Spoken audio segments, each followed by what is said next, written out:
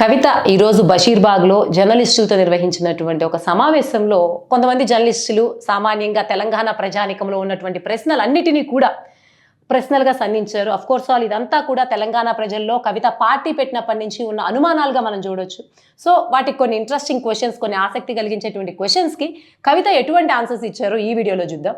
First ఒక journalist దీనిలో భాగంగా ఒక క్వశ్చన్ అయితే అడిగారు. అదేంటంటే కేసీఆర్ తను ఎప్పుడైతే రాజకీయ పార్టీని అనౌన్స్ చేశారో ఇది ఫక్తు రాజకీయ పార్టీ కాదని చెప్పారు. మళ్ళీ తర్వాత దాన్ని రాజకీయ పార్టీని చేశారు.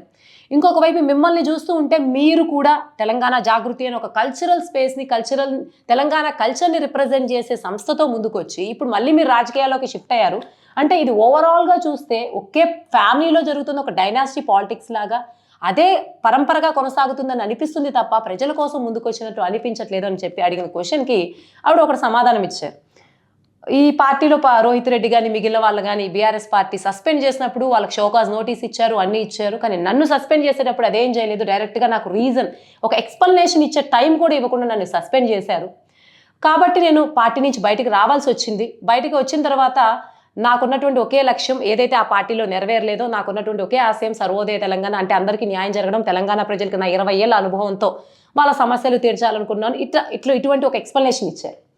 అయితే ఇదే సమయంలో ఇంకొకరు ఏమడిగారంటే, మరి 10 ఏళ్లలో కేసీఆర్ ప్రభుత్వంలో 9 ఏళ్ళో 10 ఏళ్ళో ఉన్నప్పుడు మీరు ఎప్పుడూ కూడా ఆయన అవినీతి మీద వాటి మీద గొంతెత్తాలని మీకు అనిపించలేదా? కేవలం బయటకు వచ్చినాకే మీకు ఎందుకు ఇలా అనిపించినాయి అన్నదానికి ఆవిడ ఒక ఆన్సర్ ఇచ్చారు. ఆ ఆన్సర్ కూడా కొంత అంత జస్టిఫైయింగ్గా అనిపించకపోయినా మామూలుగానే ఉంది. ఆ ఆన్సర్ ఏంటంటే, మీరు ఒక ఛానల్లో పనిచేస్తున్నారు, లేకపోతే ఎక్కడైనా ఉన్నారు, ఒక అధికారికి తగ్గట్టు వ్యవహరించాలి కాబట్టి నేను అలాగే వ్యవహరించాను. ఆయన నన్ను సస్పెండ్ చేయలేదు, అప్పుడు పార్టీలో ఉన్నాను కాబట్టి.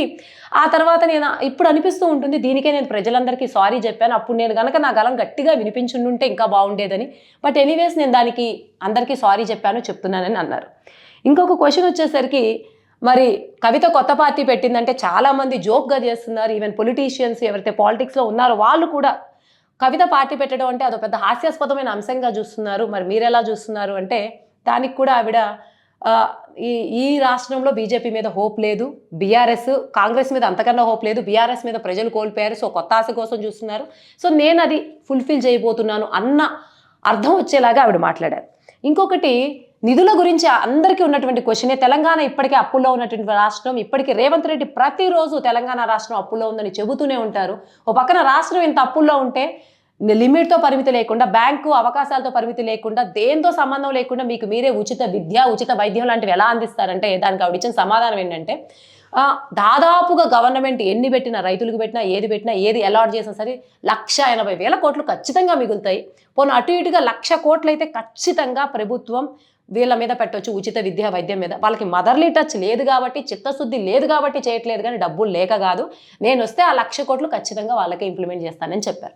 ఏదేమైనప్పటికీ ఈ ప్రశ్నలు, ఈ సమాధానాల్లో వింటుంటే ఆల్మోస్ట్ ఆల్ కవిత తను రాబోయే సీఎం క్యాండిడేట్ అవుతానని ఒక హోప్ఫుల్గానే ఉన్నారు. కానీ ఆవిడ పార్టీలో ఎవరుంటారు, ఎంతవరకు ఆవిడ తను స్వతంత్రంగా వచ్చి తన బలాన్ని నిరూపించుకోగలుగుతుందని స్థానిక సంస్థల్లో కొంత గీటురాయిగా చూడొచ్చు.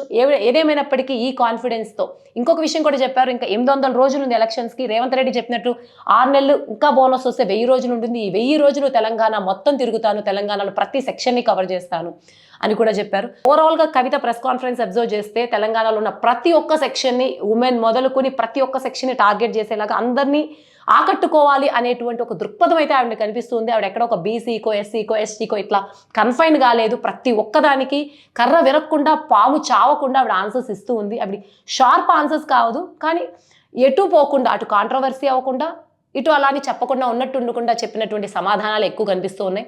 ఏదేమైనప్పటికీ కవిత ఎంత స్ట్రాంగ్గా ఈ పార్టీని నిలబెట్టగలుగుతుంది, ఎంత స్ట్రాంగ్గా తెలంగాణ ప్రజల నమ్మకాన్ని గెలుచుకోగలుగుతుంది, ఎంత స్ట్రాంగ్గా బీఆర్ఎస్కి అపోజిషన్లో బీఆర్ఎస్ని ఆసక్తి లేని వాళ్ళందరినీ ఆకట్టుకోగలుగుతుంది అన్నది స్థానిక ఎన్నికలు వచ్చే వరకు కూడా ఎవ్వరూ కూడా ఊహించలేని అంశమే. ఏదేమైనప్పటికీ కవిత కొత్త పార్టీ గురించి, కవిత ఎంతవరకు సక్సెస్ అవుతుందని మీరు అనుకుంటున్నారో కామెంట్స్లో తెలియజేయండి.